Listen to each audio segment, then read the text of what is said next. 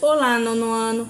Hoje nós vamos continuar falando sobre funções, mas hoje nós vamos falar sobre uma função específica, que é a função afim, que é conhecida também como função do primeiro grau. Então peguem o livro de vocês na página 213 para acompanhar a explicação.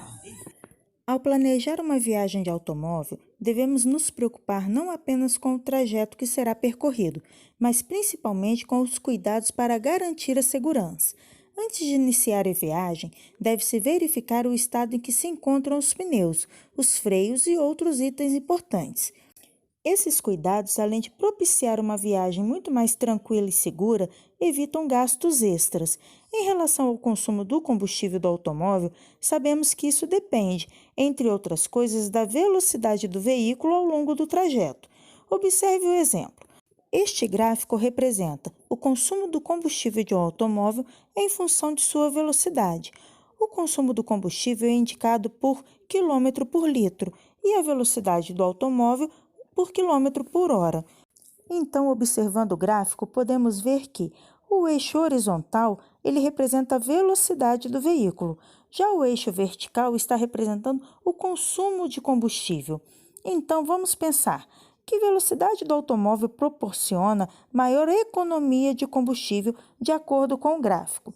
Se observarmos, podemos ver que a maior economia é na velocidade de 60 km por hora, já que a essa velocidade o automóvel faz 10 km por litro.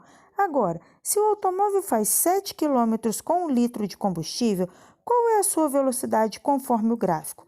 Observando o gráfico, nós podemos dizer que ele faz 7 km com 1 litro a 40 km por hora e também a 100 km por hora, que é onde o gráfico está apontando. O gráfico que acabamos de ver é formado por 3 segmentos de reta. Para cada segmento, podemos obter a lei de formação da relação entre as grandezas relacionadas. A função correspondente é chamada de função afim, ou, nesse caso, função do primeiro grau. Nós vamos ver agora funções cujo gráfico são segmentos de reta, semirretas, pontos alinhados ou, de modo mais amplo, retas. Vamos considerar agora o seguinte exemplo. Antônio foi contratado para vender computadores de determinada marca. Ficou acordado que seu salário mensal seria composto de 2 partes, uma fixa, no valor de R$ 2.800, e uma variável, que corresponderia a 2% do valor total vendido ao longo de um mês. Vamos obter agora a lei de formação da função que fornece o salário mensal S em função do total de vendas V. Observe que S é o salário e ele depende do valor V, que é o total de vendas. Então, nós podemos fazer a seguinte função, S, que é igual a F de V. Então, vamos pensar nessa função. Nós temos, então, S, que é o salário mensal, e V, que é o valor total de vendas. Nós sabemos que ele tem um salário fixo no valor de R$ 2.800. Esse salário fixo não mexe, então nós podemos colocar ele como um termo independente, que não vai mexer na minha função. Nós temos também de informação que ele vai receber 2% do total vendido. Então, esse 2% nós podemos representar como? O que é 2%? É 2 dividido para 100. E esse 2 dividido para 100 é igual a 0,02.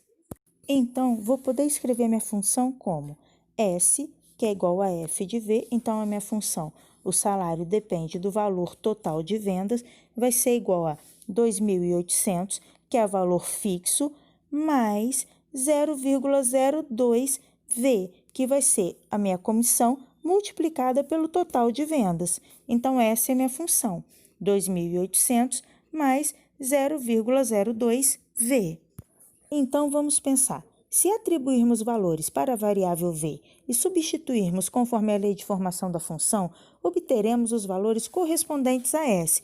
Vamos ver de acordo com essa tabela. Se o vendedor não vender nenhum computador, se o total de vendas for igual a 0, ele vai receber ao final do mês somente R$ 2.800, já que a comissão será multiplicada por 0. Então, ao final do mês, ele receberá R$ 2.800.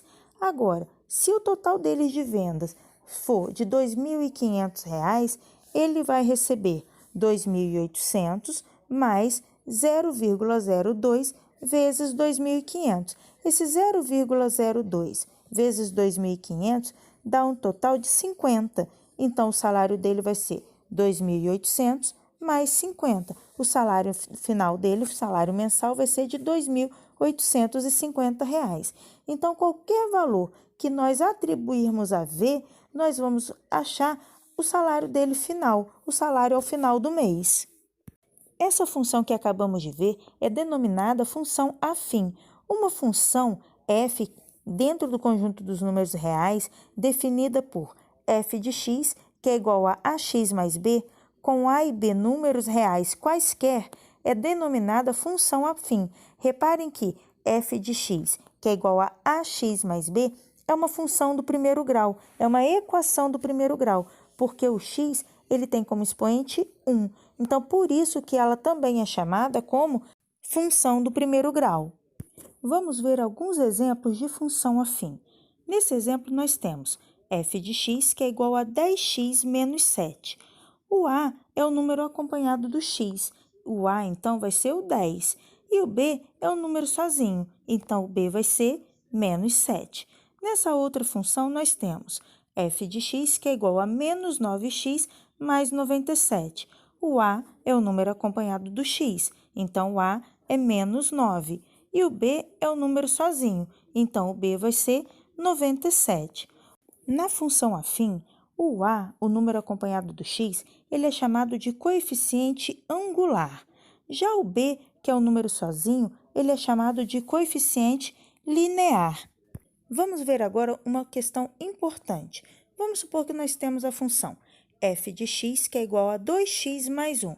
E eu quero saber quanto que é f de 2. Quando o número está dentro do parênteses, como está nessa situação, esse 2 ele vai ser substituído no x na função.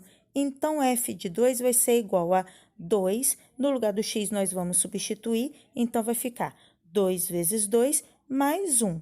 Então, o f de 2 vai ser igual a 5.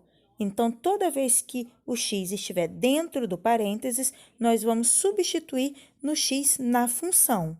Agora, quando o f de x estiver igualado a um número, como f de x é igual a 9, nós vamos, então, igualar a função ao número. Então, se eu tenho a função 2x mais 1, então vai ficar 2x mais 1 é igual a 9, já que eu estou igualando a função a 9. E aí, então, resolvemos essa função normalmente, como uma equação do primeiro grau. Letra de um lado, número do outro.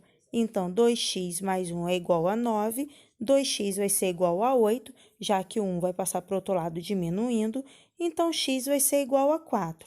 Então, neste caso, quando f de x estiver igualado a um número, nós vamos igualar função a esse número. Agora, vocês farão os exercícios do livro da página 215. Beijos!